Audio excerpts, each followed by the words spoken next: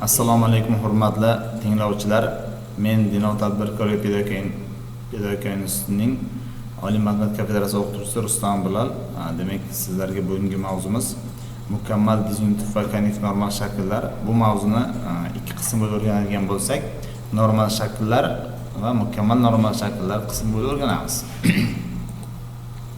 Xo'p, barcha mulohazalarni tadqiq qilish oson bo'lishi uchun mantiqiy qonunlar yordamida biror umumiy standart ko'rinish keltirish mumkin. Ta'rif qaraydigan bo'lsak, a mulohaza va qanaqadir alfaga tegishli 0,1 oralig'ida uning qabul qilish mumkin bo'lgan qiymatlari bo'lsa, u holda quyidagi tenglik o'rinli. A ning alfa darajasida, ya'ni a da agar alfa 1 bo'lsa, a ning inkori bo'ladi agar alfa teng 0 bo'lsa. Tasdiqqa qaraylik. A ning alfa darajasi teng 1 bo'ladi. Faqat va faqat alfa teng a ga bo'lsa. Isbot qilish uchun rostlik jadvalini tuzish yetarli. Misol, hurmatli talabalar, rostlik jadval mana bu yoqda bor. Ya'ni am bilan alfa 1 ga teng bo'lsa 1, ya'ni 0 da 1, 1 da 1, ikki xil bo'ladigan bo'lsa 0 holatni qabul qilyapti. Ikkinchi tarif qaraydigan bo'lsak, demak, ta'rifda A1, A2, AN mulohazalar o'zgaruvchilarining yoki ularni inkorlarining konjunksiyasi konjunktiv bir had deb ataladi. Xo'p, ta'rifga qaraylik, uchinchi ta'rifga qaraylik. Demak, A1, A2 va hokazo AN mulohaza o'zgaruvchilarining yoki ularning inkorlarining disyunksiyasi disyunktiv bir had deyiladi. Konjunktiv bir hadlarning disyunksiyasiga disyunktiv normal shakl, ya'ni DNS deyiladi. Demak, konjunktiv bir hadlari, ya'ni qanaqadir bir hadning ya'ni disyunksiya ishtirok etib qoladigan bo'lsa, u disyunktiv normal shakl, ya'ni DNS qisqaroq qilib DNS deyiladi. Disyunktiv bir hadlarning konjunksiyasiga konjunktiv normal shakl hisoblanadi, ya'ni qisqaroq qilib KNS hisoblanadi. Demak, keyingi ta'rif qaraylik. Agar bir hadda A1 yoki A1 ning inkor formulalari juftligidan faqat bittasi qatnashgan bo'lsa, A1, A2 va hokazo AN mulohaza o'zgaruvchilarining konjunktiv yoki disyunktiv bir hadlari mukammal deyiladi. Agar bir hadda AI yoki A inkor I formulalar juftligidan faqat bittasi qatnashgan bo'lsa, A1, A2 va hokazo AN mulohaza o'zgaruvchilarining konjunktiv yoki disyunktiv bir hadlar mukammal deyiladi. E'tibor bering.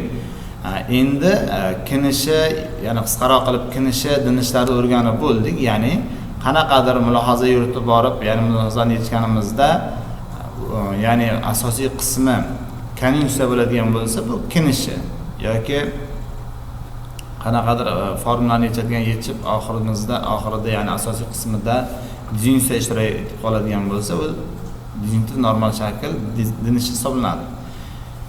Endi sizlar bilan hurmatli talabalar mukammal konjunktiv normal shakl va mukammal disyunktiv normal shaklga qaraymiz. Agar konjunktiv normal shaklda A1, A2 va hokazo AN mulohaza o'zgaruvchilarning takrorlanmaydigan mukammal disyunktiv bir hadlari qatnashgan bo'lsa, u holda mukammal e'tibor bering, mukammal konjunktiv normal shakl hisoblanadi, ya'ni KNS deyiladi. Keyingi ta'rif qaraylik. Agar disyunktiv normal shaklda A1, A2 va hokazo AN mulohaza o'zgaruvchilarining takrorlanmaydigan mukammal konjunktiv bir hadlari qatnashgan bo'lsa, u holda mukammal disyunktiv normal shakl deyiladi yoki MDNS deyiladi. Endi hurmatli talabalar, mukammal disyunktiv normal shakl yoki MDNS yoki mukammal konjunktiv normal shaklning yoki MKNSlarning yechilish usullarini qarab o'taylik. Ya'ni biz bugungi darsimizda ikkalasi, ya'ni normal shakllarning ikki xil usulli, ya'ni jadval va analitik yechish usulida ko'rsatib beramiz. Demak, mukammal disyunktiv normal shakl MDNS ifodasini aniqlashning jadval usuli quyidagicha. Demak, berilgan formulaning birinchi o'rinda chinlik jadvali tuziladi. Chinlik jadvaldan funksiyasining 1 ga teng bo'lgan qiymatlar to'plamini sigma 1, sigma 2 va hokazo sigma n ajratib olinadi. Har bir uchinchi holatda har bir ajratib olingan qiymatlar to'plamiga mos elementlar konjunksiyalar turlanadi. To'rtinchisi, hosil bo'lgan elementlar konjunksiyalar disyunksiya amali bilan bog'lanadi. E'tibor bering, hurmatli talabalar. Ya'ni bizga misol berilyapti.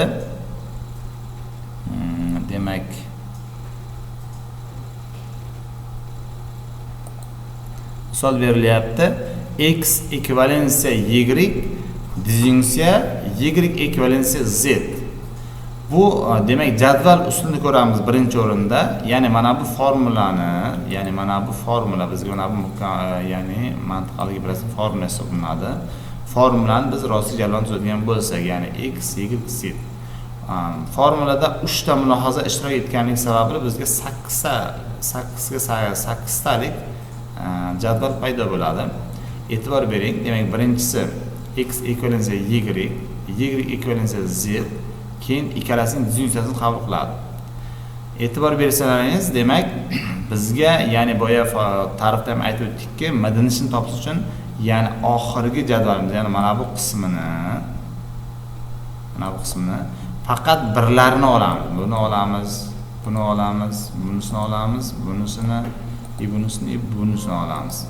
Faqat bir qismlarda olamiz. Bir qismlarda olamizda e'tibor beringizlar. Endi mana bu qismga qaraymiz. Birinchi demak bir qismda oldik. Mana bu qatorda x ning 0-chisi, mana e'tibor bering, x ning 0-chisi, y ning 0-chisi, z ning 0-chisi. Disjunksiya, o'rtagina disjunksiya.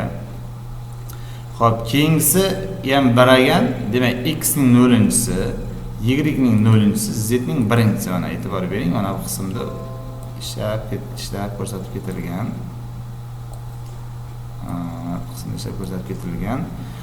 Xuddi shu tartibda birlari bor edi. Ya'ni e'tibor bering talabalar, birlari borlarni olib chiqamiz. Ya'ni birlari borlar, ya'ni 0 borda olmaymiz, birlari borlarda olamiz.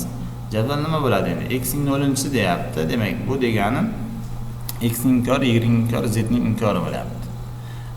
Endi keyingisida esa x ning inkori, y ning inkori, z ning o'zi bo'lyapti. Xuddi shu tartibda yoziladi. Demak, javobimiz mana shu usul, mana bu javob bo'lar ekan. Oxirgi javobimiz mana bu bo'lar ekan. Ikkinchi usulimiz analitik usul hisoblanadi. Endi demak, bu formulani biz nima qilamiz? Bu formulani tengkuchli, ya'ni oldingi darsimizda o'tganimizdek formulaning tengkuchli formulasidan foydalanib x ekvivalensiya y, disjunksiya y ekvivalensiya z, ya'ni x ekvivalensiya y, hurmatli talabalar, x y disjunksiya x inkor y inkor bo'ladi. Ya'ni disjunksiya, mana bu o'zi disjunksiya turibdi. Y ekvivalensiya zimiz esa y z, disjunksiya y inkor z inkor hisoblanadi. Endi yana formuladan foydalanib, mana shunga keltiramiz deyapti. Ya'ni ikkalasidan x y chiqarib olib, x y chiqarib olib, o'zimiz z disjunksiya z inkorni qo'shib olamiz. Nima sababdan? Sababi mana bu qism bizga hurmatli talabalar 1 deb beradi. Ya'ni z har qanday mulohazaga o'zining inkorini qo'shsangiz 1 ni beradi. Demak, 1 ga har qanday sonni mulozani ko'paytirsangiz, o'sha mulozani o'zi bo'ladi. Bunisiga ham xuddi shunday tartibda z qo'shib olamiz. Endi bunda y z bor, bunda x disjunksiya x inkor qo'shamiz. Bunda y z bor, bunda ham x bilan x inkorni qo'shib olamiz. Endi buni xatma-xat ko'paytirsa x y z, disjunksiya x y z inkor xuddi shu tarzda ketadi. E'tibor beringizlar. Endi bir xilliklari qaysi bir, ya'ni bir xilliklarni olamizda uni bittasini yozamiz. Ya'ni bir xillik bu bilan bir xillik, mana bu bir xillik. Ya'ni bittasini yozamiz.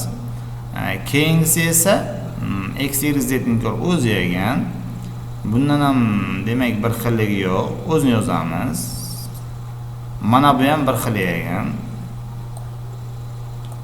Mana bu ikkita tagiga chizib qo'yapman, hurmatli talabalar. Endi sal boshqacharoq bo'lyapti.